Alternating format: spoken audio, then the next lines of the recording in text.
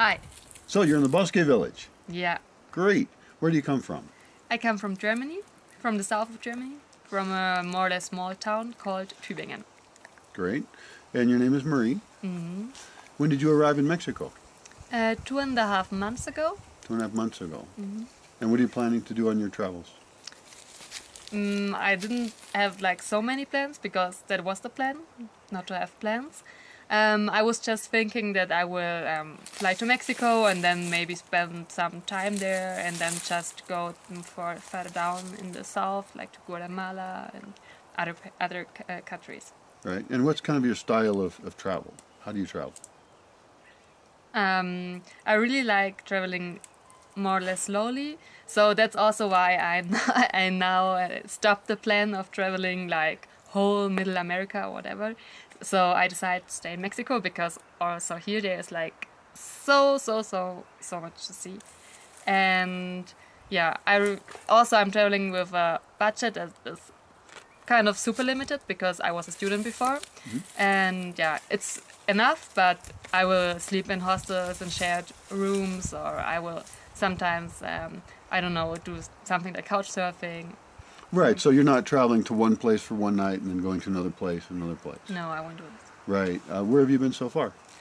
My flight was to Cancun, but I just stayed for one night, and then I went to Isla Holbox, to Valladolid and Campeche, to Palenque, San Cristobal, and there I stayed more or less for a month. Hmm? And I just did like a short trip to the coast and another short trip to one of the caracols, one of the regions of the Zapatistas. Mm-hmm. And then I came to Mexico City, and now I'm in Michoacan, here in Bosque Village. Great. Well, we're very happy to have you here.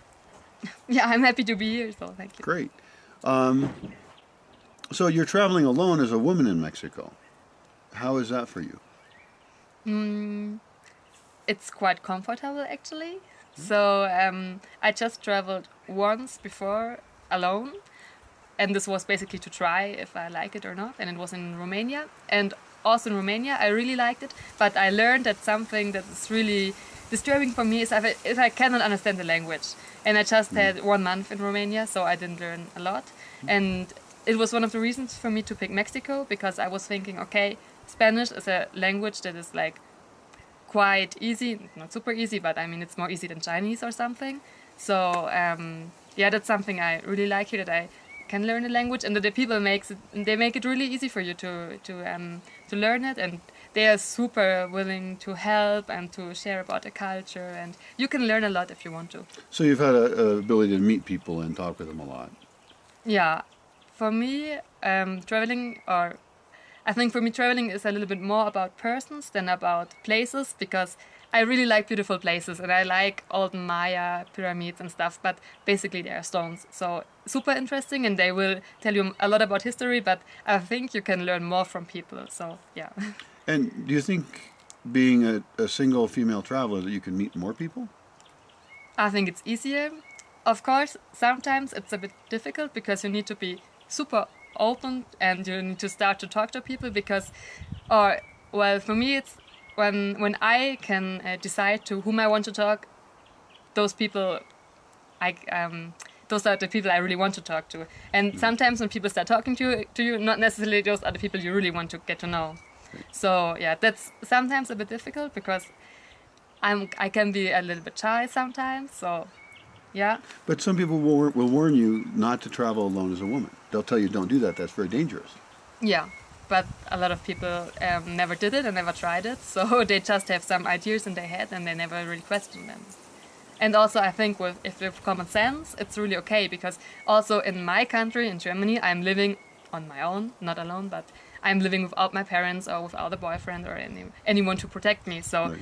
if I'm not doing stupid stuff in Germany, or not that stupid stuff, I won't do stupid stuff here, so it's like a lot of common sense. Right, and you're not big into nightlife and things like that. Yeah, I mean, sometimes I really like going out, but usually when I go out here, I won't go out alone. But also in Germany, I'm not really going out alone. So Right. I meet people, for example, I get to know them in the hostel or where I did the voluntary service, and then I will go out together with them, and yeah. I have found, because I've hosted a lot of women here who have been traveling on their own, and they seem actually to do just fine.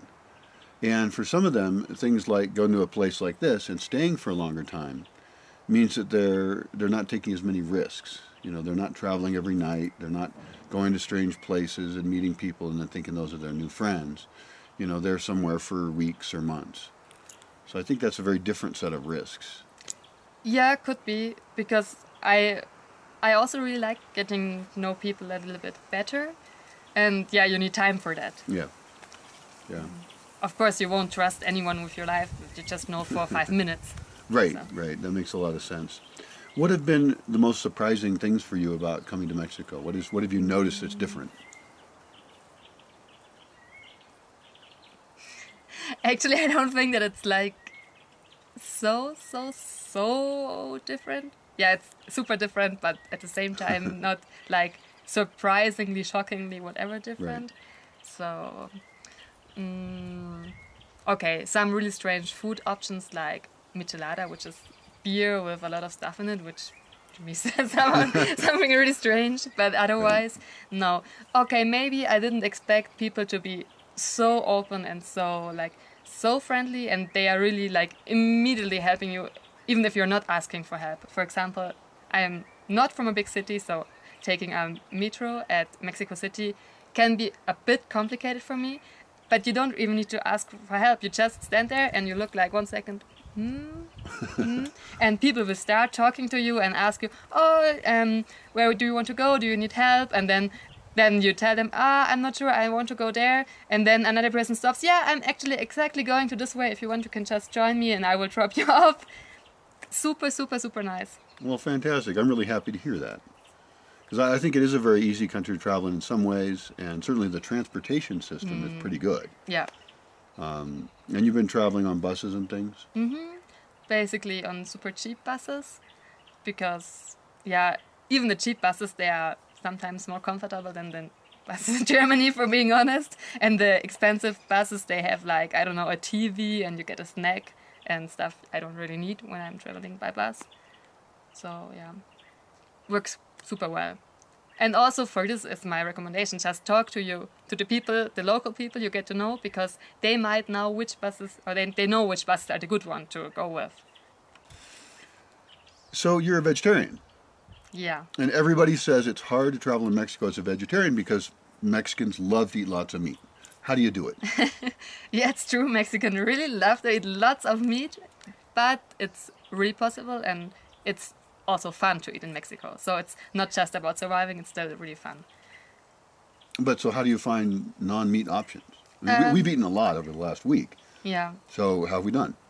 Yeah, here we are cooking on our own, and basically, of course, that's the super easy version, because if you have a kitchen in Mexico, there are so many kinds of fruits and vegetables, more than in other countries, or more than in Germany for sure.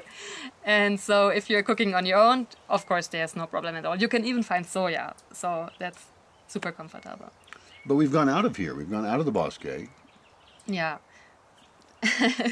I mean, the first thing is, if you go to a place and you ask them, do you have anything vegetarian? First thing that you should do, you should ask in Spanish, because it's highly probable that they won't speak English. So yeah, but better is if you're asking like, do you have something that is without meat, without chicken, and without fish? Because sometimes they count like fish or chicken as vegetarian, or they don't know exactly what you mean and just think you want something that contains like lots of vegetables and super healthy. Right. So yeah, you should make it more specific. So when you walk question. into a place, you need to say you're vegetarian, or you're looking for something vegetarian, but you don't eat meat, and then you need to specify fish and this and the other thing. Yeah, just fish, meat, chicken. Usually Right. those three things. Okay. Specify. And you do eat eggs. Yeah. And then the next thing, yeah, and then sometimes they say, oh, no, we don't have anything. And then you can just have a look, or you can just ask them what they have, and you can ask, is there any possibility just to serve this dish but without the meat? And sometimes it's possible. And another option, and that's something which is when I want to eat something fast and cheap, I go to a comedor, which is like the cheap version of a restaurant. and they don't have anything vegetarian on their menu usually. But you can just say, how much would it cost if you just give me a plate full of rice, beans, some tortillas, and any vegetables you have. And usually it costs you like, I don't know, between 25 and 40 pesos, and you get really enough to be happy. And also, well, I like beans and rice, and that's something important in Mexico. You should like beans, maybe. Right. And that's something, for being honest, I know that sometimes the beans in Mexico, they are not like purely vegetarian because they will make them in pork fat. Right, lard. Yes. Lard? So that the pan might have lard in it at some point. No, but sometimes they are like not using vegetable oil. Right, but, right. But to be honest, I try for staying happy, I'm just not asking this question because I don't know. Yeah, I'm a vegetarian for 16 years more or less, so it's really a long time, and I really don't want to start eating meat again. I really don't want it. But this question I'm just not asking because if I don't know it, for me it's okay. Right. So you're not too particular. You're not an extremist. No. I just don't want to have any pieces of meat in my food, and Right. it's okay. Have you tried any meat while you're here? No. No. No. So you managed to do it. Yeah. But you do eat cheese. You do eat eggs. Yeah. So you're not I vegan. drink milk. Yeah. Right. Okay. It makes it a lot easier. And also, still, there are a lot of options that you can always get quite in every place when you're a vegetarian. Yeah. In town here, when I go there, I often will order something vegetarian just to train them into making vegetarian food.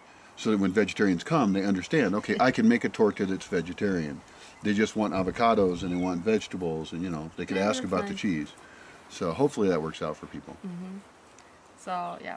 And a thing that I also really like in Mexico is that I love markets. So, and I really love eating. So I know that the simple version for vegetarians is that you can always eat quesadillas because, it's with cheese, and sometimes they have champignons or some other vegetables. Or you can always eat like chile rellenos.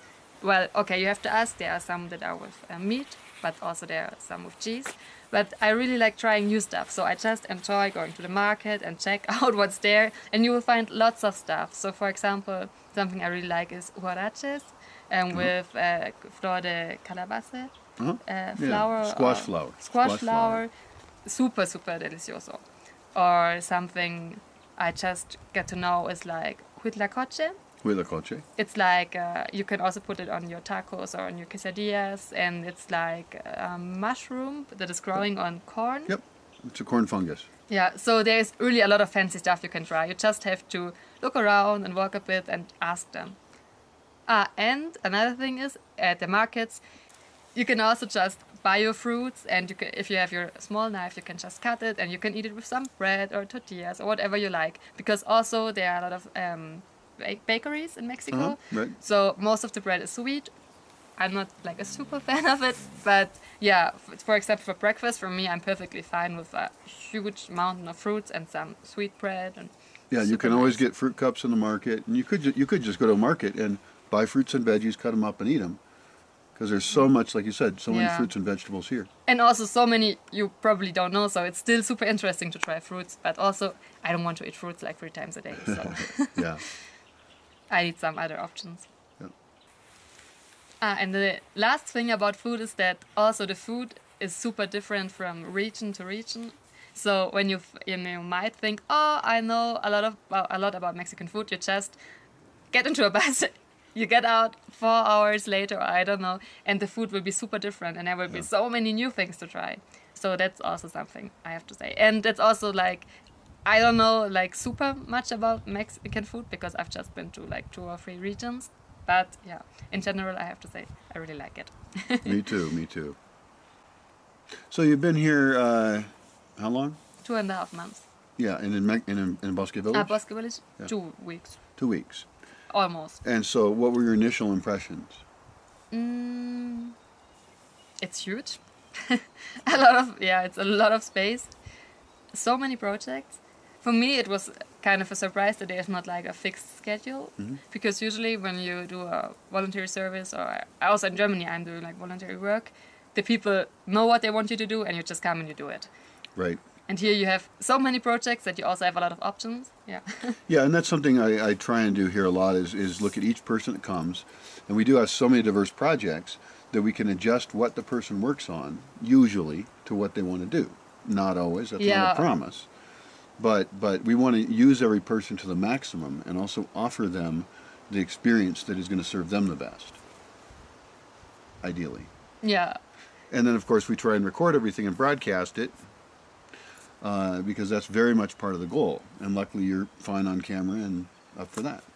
So that's been fun. Yeah. Anything more about it? Should I talk more about the Bosque? Well, I guess you're going to be here a little bit longer. Yeah. What do you want to focus on in your future time here? So I really like working with my hands because in Germany that's something I'm not doing like super much because I mean studying is something with your head, and also I was working as a journalist and I was sitting for a lot of time in front of my computer. So here I'm just happy when I can, I don't know, fix the chicken coop or something like this. It's just, for me it's fun, but I would also really like to learn more about the ways of bioconstruction, natural building, natural eco-construction, building. That's something I find really useful, and I mean I get a person here from whom I can learn something, so that's perfectly fine. And also I like working with plants, and I still want to learn more about Mexican cooking because also Alicia here, she's a really great cook, so I would be happy to learn some of her recipes. We'll keep doing that. Yep, and we've done a little bit of cooking in the solar oven. So yeah, we'll keep experimenting with recipes. We made micheladas the other night, which was kind of fun. Yeah, but for example, the solar oven, for me, it's not that important because in Germany, it's not really the thing to cook with the sun because there's not so much sun. Right. So for me, it's more about like learning how she's combining some flavors, and that's more about it. Yeah, and we're gonna go. But still, it's interesting. And we're gonna go eat in town again today, so you'll have something different and new. Yeah, I just tried yesterday for the first time atole. Atole, yeah. It's a thick drink. There's various forms of it. It's very tasty. Yeah, it's more like a dessert actually, but super bueno. Excellent. Well, it's a pleasure to have you here. I know it's always strange. Like you say, at most places you go there and they say, do this. And so sometimes it can be a little odd. You're confused about what our focus is, and it has changed even in the short time you've been here. Yeah, sometimes you don't know, am I really useful right now? Or I don't know, but I hope so. So I wonder that myself about me. So I wouldn't let that worry you too much. We'll just keep trying things, and we'll make videos. And it's fun. It's fun to be here. So yeah. All right. Well, thank you for being here. Thank you for having me. Yeah, we'll have some more fun. Thanks for watching the video. We're always experimenting. Feel free to comment on things you'd like to see more of. And we're going to have more people like her, dynamic people who are smart and motivated to make a better world. Motivation is here.